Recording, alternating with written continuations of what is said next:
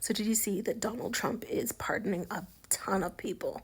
And it is like a wild range of people. It's people who are in jail for like contempt and who are there because they embezzled money, like financial fraud people, rappers, murderers, gang leaders, all of it.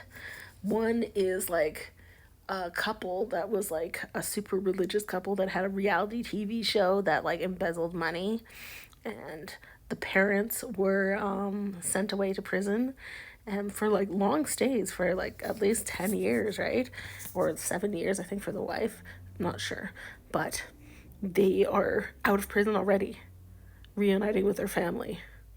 And another one is a gang leader who's like accused of murder, and he could be pardoned as well.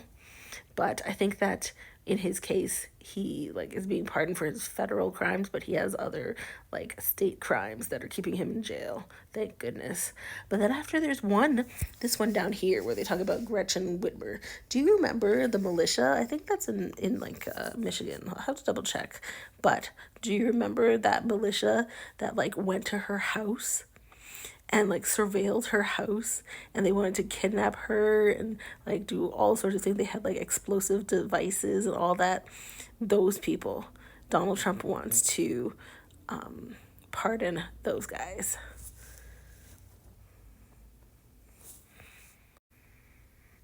I mean, that's really crazy.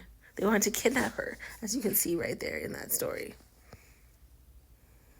So I don't remember if those guys were in the Michigan militia or not, but they wanted to kidnap her, and it was all happening in like 2020.